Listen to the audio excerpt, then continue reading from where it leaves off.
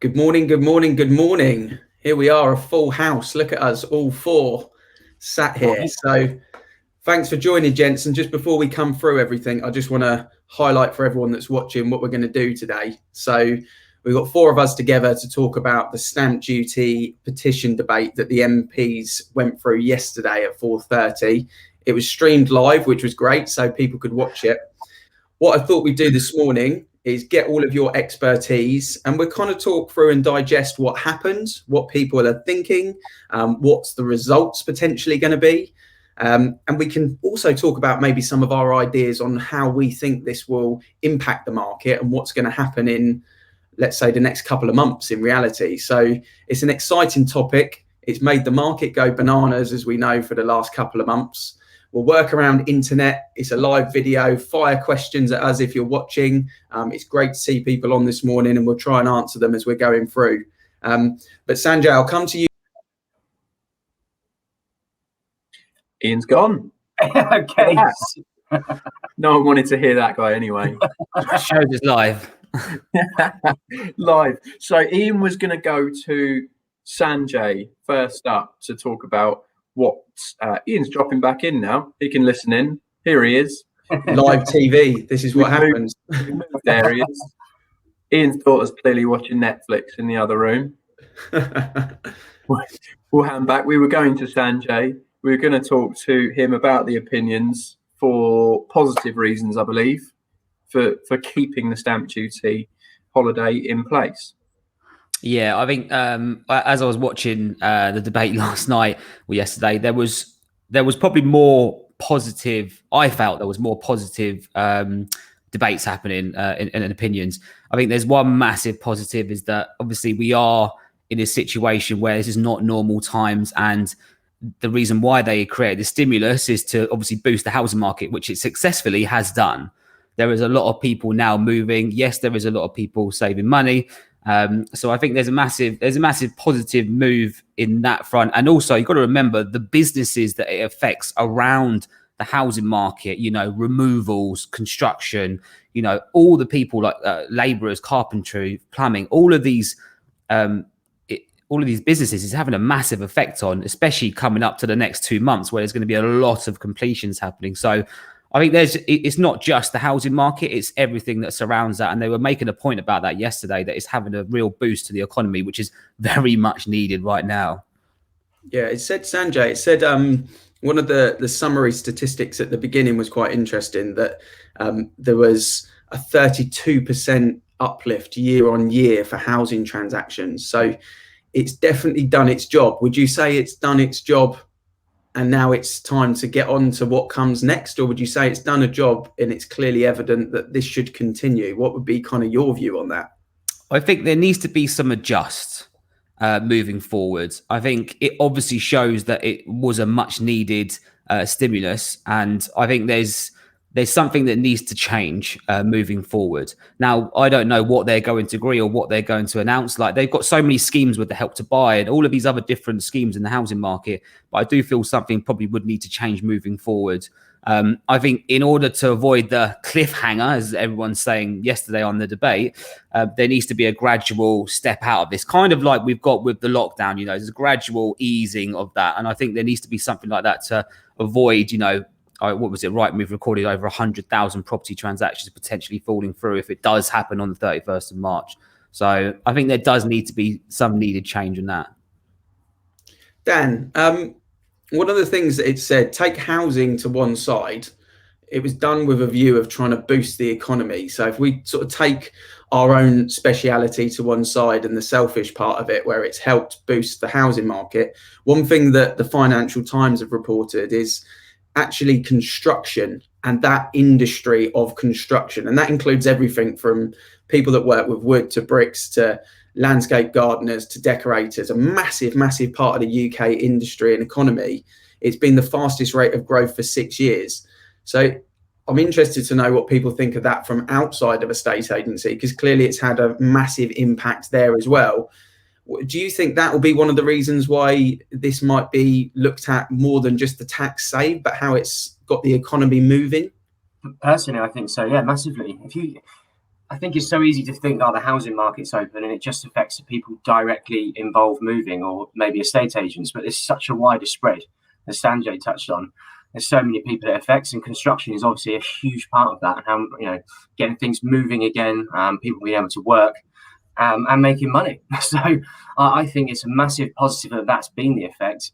Personally, I think that actually is a really positive thing for that to carry on. I don't think they'll keep it as it is, but if it stops straight away and nothing changes, then that's going to have a huge impact, isn't it, on a lot of people's lives, a lot of businesses and whatnot being able to move forward from that point.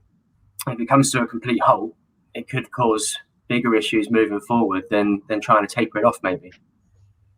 Yeah, I agree. It's something that's definitely, it's helping, isn't it? It's helping keeping people busy. Everyone I talk to in the trades seem to be as busy as they've ever been, and busier than they ever thought they would be, which is amazing. That's exactly what we need in this pandemic.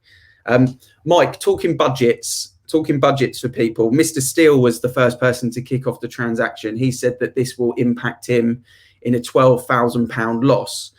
Paragon, one of the lenders, actually said that 2/3 of transactions going through for them at the moment, either the person at the top of the chain, their client, or someone within the chain, is dependent on the budget of actually having the stamp duty holiday relief, which would see about £1.5 billion worth of properties fall through. Do you think that will be the biggest reason why they might do something with it? Because how many people it's actually going to impact? Firstly, I don't think that will happen, is my honest opinion. There's a lot of people who are hoping to get through before the end of March, but frankly, the people I speak to are budgeting for it rather than and hoping just to keep the saving, which will pay for a bathroom, pay for a kitchen, and as Dan said, kick more money back into the economy in a different way rather than directly into tax, but keep people in work rather than pushing people on furlough. But my personal opinion is a lot of the sensationalist headlines about the trillions of pounds worth of properties that will fall through on the 1st of March is exactly what I just said. It's relatively sensationalist, unless people are being promised things outside of the four walls that I control, that I don't know about, that people are promising things that just can't happen, because we know the pace of transactions, we know the pace of mortgage offers at the moment. They're coming back to normal slowly, but they're still not as quick as they were. But I just at the moment, I don't see that rate of fall through happening, even if we're to go with a bump back from zero stamp duty to the full amount. You think most people will find a way, and hopefully that will be the case. So just clarification for people that are watching, there wasn't an answer, there wasn't a decision made yesterday. What they did say is on the 3rd of March, when the next major budget comes in, that we would get some sort of result. Now, Lisa's sort of tagged in and made a comment here, which lends us quite nicely to the next section. And this was the question that she asked, which effectively, I think this has an impact for a lot of people. They started looking with a view of saving the money on stamp duty. It's taken them a little bit longer to find than maybe they would have liked. And they're now in a situation where that transaction is likely not to go through before the 31st of March. So therefore, it would be nice to save that money, and it's going to be a huge impact to someone like Lisa. There were some suggestions that came through, and we're kind of fire through those. But in that one, it would make sense, would it not, that if anyone had a transaction started before the 31st of March, that potentially they would honour that and allow them to potentially save the money, even if they completed afterwards. What do you think, Sanjay? Do you think people should be exchanged before? Do you think people should it has to be completed, everyone knew the timescales? Or do you think maybe if someone's with the solicitors and it's transactionally started, that they might save down the line? Do you think that's an option, one of those three that might come in for someone like Lisa? Yeah, I think this is it's a difficult one, because there's a really fine line, as you rightly said. Everyone knew when they announced this stimulus, stamp duty holiday, everyone knew when it was ending. However, because of that, there's obviously so many more transactions going through. It is a backlog on solicitors. I'm speaking to solicitors and surveyors every single day, and they are busy. They are backlogged. So you can't really blame it on them. And I do think that in order to avoid this cliffhanger with a lot of fall throughs that could have a really detrimental effect on the housing market, they do need to extend the ones that are already in the process. That's what my opinion is. Because I think if they didn't, then there is a struggle, but there is a fine line, and it was a real tough one to call. Like, I purchased last year. I knew when the stamp duty holiday was announced. I knew when it was ending, and I knew what my time frame was. But at the same time, working in the industry, speaking to people day in, day out, it's a difficult one. But I do believe it, for the ones that are going through within reason, they should carry on and benefit from it.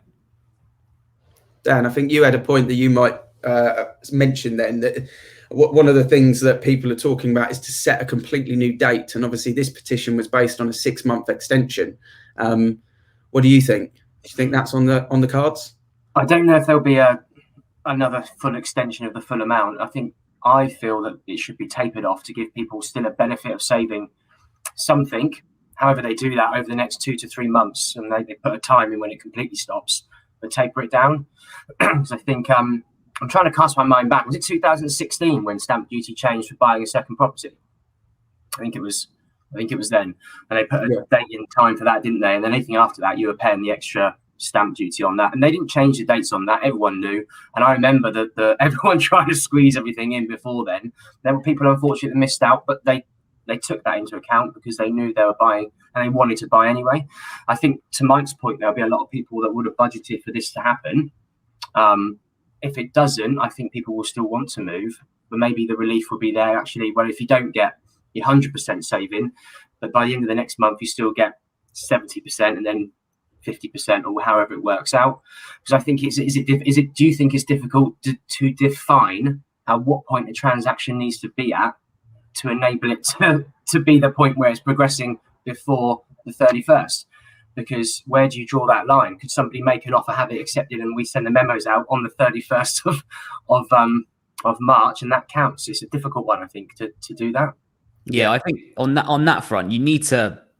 My opinion is that you need to be in a transaction, solicitors instructed, mortgage applied for. You can't just. That's almost just like trying to play the rules, right? And I think that's just taking absolute liberties about the rules, because the fact is that we need this money to go back into the economy. We need to various different ways. So I think, difficult one. It's a hard one to call.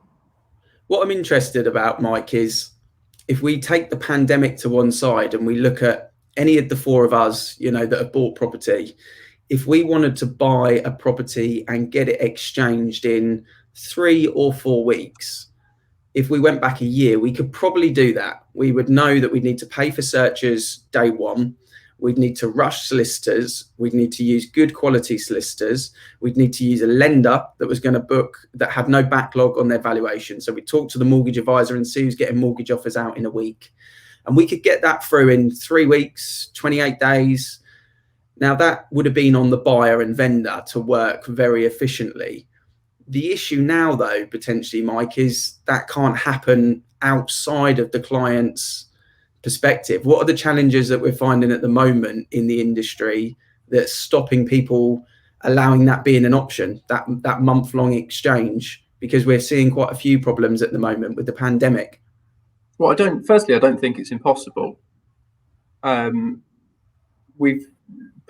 just completed on a sale which has gone from instruction to completion in 6 weeks and 5 days, and that included Christmas.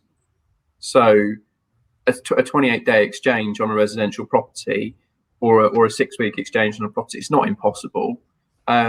It's a case of having an experienced buyer who is willing to push their solicitor, and both solicitors willing to work with each other and work outside of the normal hours.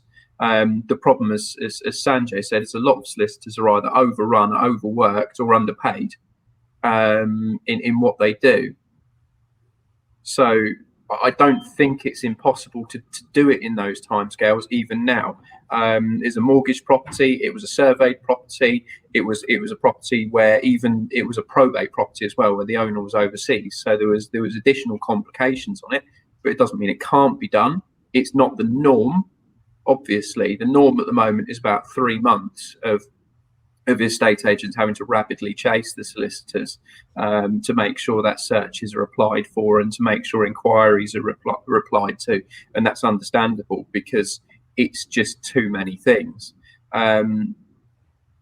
Obviously, someone is disagreeing with me as the question comes in on my personal opinions, but that's the way it is. It's very interesting to see that people saying their buyers have told them they're going to pull out if they're not completed by the 31st of March. There's two options. Either really massively, you need to start pushing on your solicitors to make sure the work's done, start pushing that work yourself, or looking at how that sale was put together is a big question for me. On that one, if your buyers are threatening to pull out, you've still got 8 weeks. I might sound like I'm maybe the party pooper in the group, but you've still got 8 weeks to complete a property sale. I don't understand why everybody's panicking and saying they're going to start pulling out. We're miles away, absolutely miles away. I think Jennifer's potentially not disagreeing with you. She's just raising her concerns. No. Well, I said I don't see people in the previous one. I don't see why people, or I don't see that many people pulling out of properties. And she's one there where she said that is going to happen or potentially happen. But maybe, like I say, rather than threatening to pull out in 2 months' time, the concentration should be on getting the transaction moving from our buyer's side rather than throwing the threats around. So I think for Jennifer, with that situation, I think there's clearly a lot of people that are in that boat that are kind of suggesting that they've budgeted for it. And you would expect, I guess, with an instruction back in November, that there should be definitely enough time. Where the issues have come in has been based on searches taking too long to come back, based on management packs. Jennifer, I don't know if it's a leasehold, but that's having a massive issue as well. But a lot of the problem, as Mike just highlighted, or the solution, it comes down to how fast the solicitors are acting. And people can chase and they can push and put the pressure on, but you do need good solicitors on both sides. And I would imagine with Jennifer, where she says, she's been pushing, she did a day's work for them. We feel your pain on that, Jennifer, because we're all doing the same thing with solicitors. And I'm not going to start slagging off solicitors because I know they do a job which puts them under a lot of stress, and there's some really, really good ones out there. But realistically, with a no chain transaction from November, that should be done. It should be done now. So there's got to be something that's happening. And any of us, Jennifer, whoever's page you're watching, send us a DM and we'll advise and help, because we're more than happy to look at individual circumstances. To not know the details on this live chat is difficult, but what we do know is it should be done and it should happen. And I'm sure it will. In terms of the actual debate, there was a few negatives from people, as you would expect, negatives and positives. One of the things that I'm quite interested to hear is maybe your opinion, Dan. People said the job's been done. It's had the desired result. People have moved home, and let's look at Brexit, 3.5 years of uncertainty. People have managed to go, right, I'm ready now. I want to move. The pandemic's happened. This has allowed people to move anyway. The dates are the dates. That's what MPs are saying. Everyone knew the dates. They've not just been thrown on them with 10 weeks. They've been given months and months to make this happen. And now people that are kind of looking to go on the market now or looking to agree a transaction now, they knew the dates. That's not their fault. And it should end. Well, that was the negative MP's views. So it's interesting to get both sides of the story. And then there's the economy and how much money, as I think Sanjay mentioned, that the tax relief has brought out. What's kind of your thoughts on that? Do you think there's a point there? Yeah, honestly, I do. I think that the reality is that it was clear from the start, wasn't it? This is all a hope and a want, I guess we're all discussing. Everyone watching who's in a transaction now will hope that it's extended because obviously it benefits them. But at the end of the day, it was clearly said that when it would end and when it would stop. And I think what it's done is it's moved a lot of people that would have moved this year anyway, given the circumstances. I think the start of last year, before this pandemic really took off, was around March. think we'll all agree the market was bubbling hot, wasn't it? It was starting to feel like it was coming back to some sort of normality because of Brexit. There was a bit of certainty. So all it's done is pushed everyone to move within the bottleneck period of time, and that's why it's made it more challenging, because everyone's trying to do as much as they can now. And there will be people that might not make it, but the people who are now going on the market or now just buying, you should have known and probably left it a little bit too late. I do think they should taper it off, because in the last, when they did this to start with, they probably didn't expect us to go back into a full lockdown. They were in the tier system, if you remember, and it looked like things, what the government suggested, it looked like things might be getting a bit better. So we probably didn't expect us to be in a full lockdown at the start of 2021. So I think that has made things more challenging. That's why I think they should taper it. But if people are starting now and moving towards that deadline, should have known, really. Yeah, it's difficult, isn't it? Sanjay, others have said stuff around this tapering, and one of the suggestions was around this tapering. Any ideas on how you think that might work? It's a difficult question, I appreciate, but any ideas how you think the tapering could potentially work, based on value, based on time, something else? Well, they've already done it kind of on value, haven't they? Up to the 500 cap. I think that should stay in place. I don't think that should change. I think in terms of the tapering or how they're going to exit it, I genuinely think if you're at a point in the transaction where you've committed to pay money, i.e. if you paid for a survey, if you paid to instruct solicitors, if you paid for searches, all of these things, if you're in that position where things are already moving and almost 50% for your transaction, I think that's where they should start, letting those sales and transactions go through. Because at the end of the day, like, if you think about this, lifestyles have changed for a lot of people over the last year, and they will continue to change, and people will continue to move.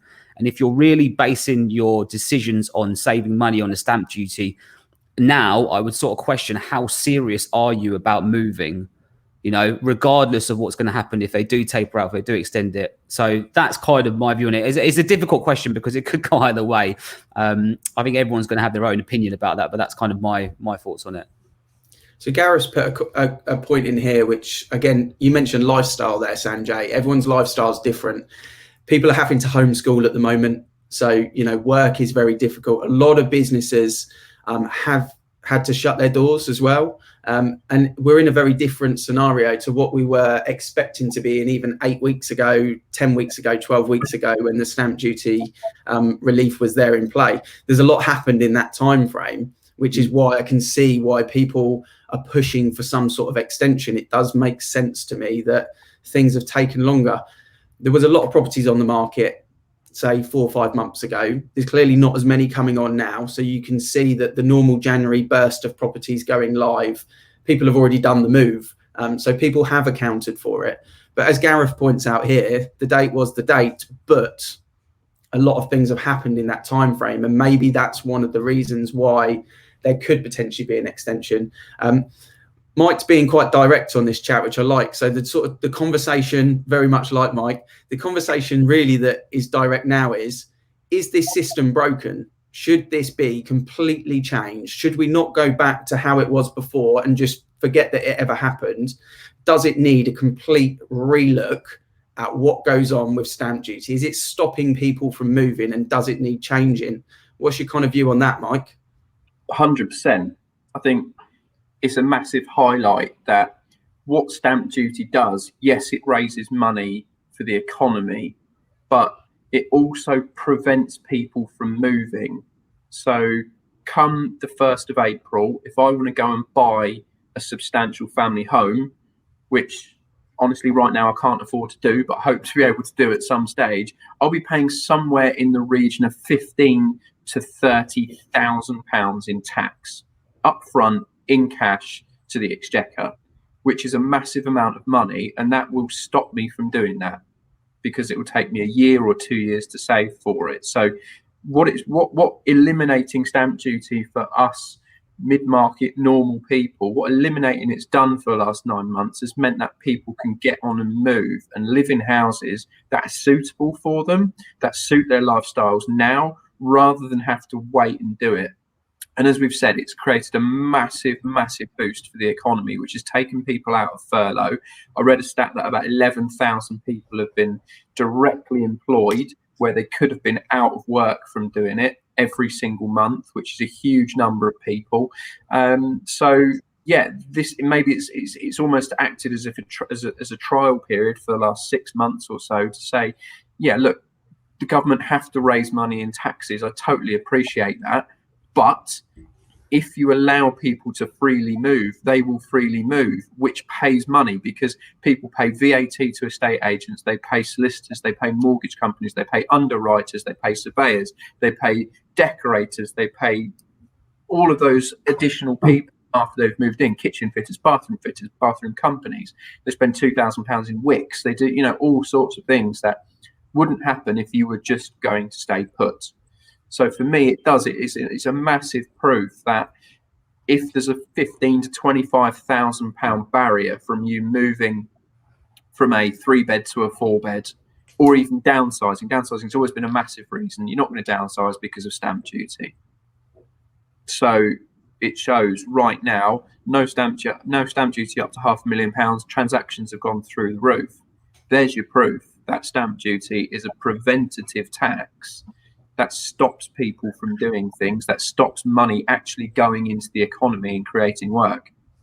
Yeah, I agree. I think it's a great perspective to look at that's probably not being discussed enough is change and doing something different. I think if one thing's come out of this pandemic is that a lot of businesses, a lot of individuals, and definitely the government and how the planet operates, a lot of things need to be really looked at. And, you can look at different countries and see how people have handled crisis and things like that to really get a good learning perspective of difference. We'll start to wrap it up. There's kind of 3 options really, and we'll find out on the 3rd of March in the budget exactly what happens. But either nothing happens, there's a taper, or it gets extended.